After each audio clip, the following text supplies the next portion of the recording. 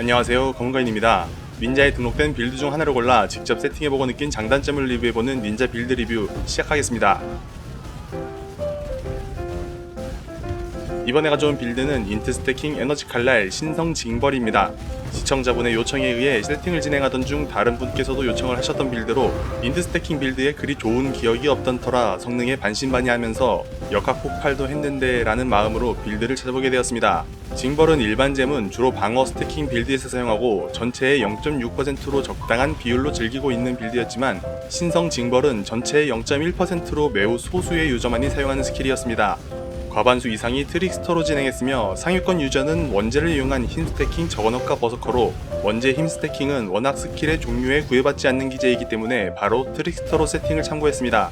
사용하는 유저마다 세팅이 조금씩 달랐던 지난 리뷰 빌드들에 반해 이번 빌드는 대부분 유저가 비슷한 세팅, 스킬트리를 사용했으며 상위권 유저와의 차이점은 평범한 목걸이와 나선형 반지의 유무였습니다.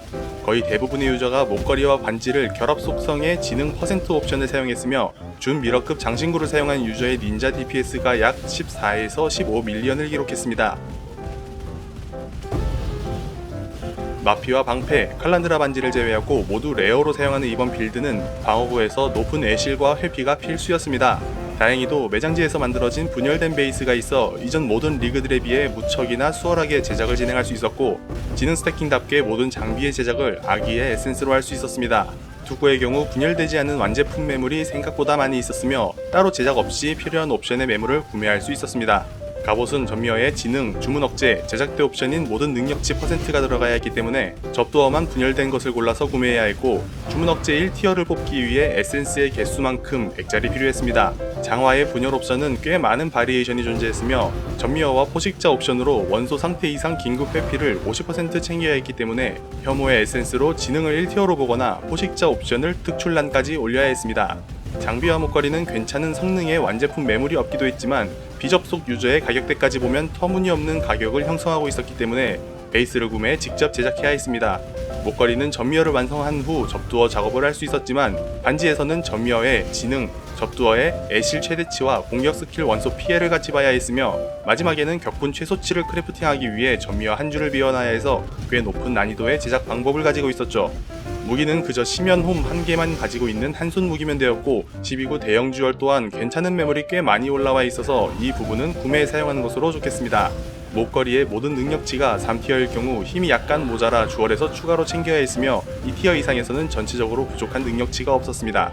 또한 계몽 보조가 반드시 4레벨로 들어가야 점유를 맞추는 것이 가능했고 투구의 포식자 옵션으로 만화 점유 효율을 특출난으로 사용하거나 주얼의 타락 옵션으로 점유 효율을 챙겨야 암살자의 징표를 사용할 만화가 남았으며 정확도 숙련의 지능과 동일한 정확도 획득을 사용하더라도 약간의 정확도가 모자라서 주얼이든 패시브 넣든 100%를 맞출 방법을 찾아야 했죠. 높은 지능과 방어구의 높은 애실 수치로 에너지 칼날을 사용하더라도 9000 이상의 애실 수치를 가질 수 있었습니다.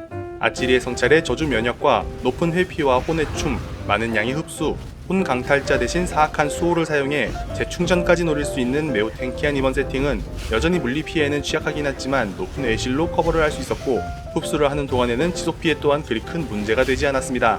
징벌의 직관적인 딜 메커니즘에 더해 거리 조절만 잘한다면 장갑의 총주교 옵션인 추가 대상을 이용해 샷건도 가능해서 오버사이러스의 패턴 스킵을 간신히 할 정도의 DPS를 가질 수 있었습니다. 이동기인 도약 강타와 공격 스킬인 징벌, 버프용 선조 토템이 사용하는 스킬의 전부이기 때문에 매우 손이 편한 매핑과 보스전을 할 수 있는 것이 가장 큰 장점이었습니다. 징벌의 화려한 스킬 이펙트에 더해 여러 대상을 타격할 수 있는 신성 징벌은 매핑에서의 클리어링도 준수했지만 그럼에도 밀리 스킬이다 보니 간혹 한두 마리 빠지는 경우가 있었고 깔끔하게 정리된 스타일은 아니었습니다. 이러한 성능을 기반으로 17티어의 파밍도 원활한 수준이었고 전반적으로 밸런스가 잘 잡힌 전형적인 육각형 빌드였습니다. 매핑 8점, 보스 8점, 편의성 7점, 빌드 코스트 630 디바인입니다. 도약 강타에 공허 조작 보조를 연결하는 것으로 원소 반사의 전부 면역이 되었으며 흡수 불가와 회복 불가 또한 적당히 조심만 한다면 무리 없이 매핑이 가능했고 그 외 다른 맵모드, 재단 옵션에 큰 영향을 받지 않아 무지성 매핑에 매우 적합한 빌드였습니다. 빠른 속도와 넓은 범위로 준수한 클리어링과 매핑 속도를 보이지만 깔끔하게 정리하지는 못했으며 오로지 스킬을 사용할 때만 딜이 들어가는 즉발성 스킬인 것이 감점 요인이었습니다. 보스전에서는 거리 조절을 통해 샷건을 노려 우버보스도 패턴 스킵이 가능할 정도의 DPS를 가질 수 있었고, 단단한 탱킹 능력으로 자잘한 패턴은 맞으면서 딜을 할 수 있었습니다. 하지만 물리 피해에는 취약해 끔살당하는 일이 종종 있었으며, 마찬가지로 즉발성 스킬인 것이 감점 요인이 되었습니다. 편의성은 세팅 이후로만 보면 10점을 주고 싶을 정도로 편안했지만, 세팅에서 거의 대부분이 레어로 직작을 해야만 했고, 접두어가 전부 분열된 아이템으로 제작한다 하더라도 마냥 쉽지만은 않은 난이도를 가지고 있었습니다. 결합 장신구의 제작은 더욱 높은 난이도를 가지고 있었고, 매물 또한 쉽게 찾기 힘들었기 때문에 세팅 단계에서 많은 좌절을 느낄 수 있겠다 싶었습니다.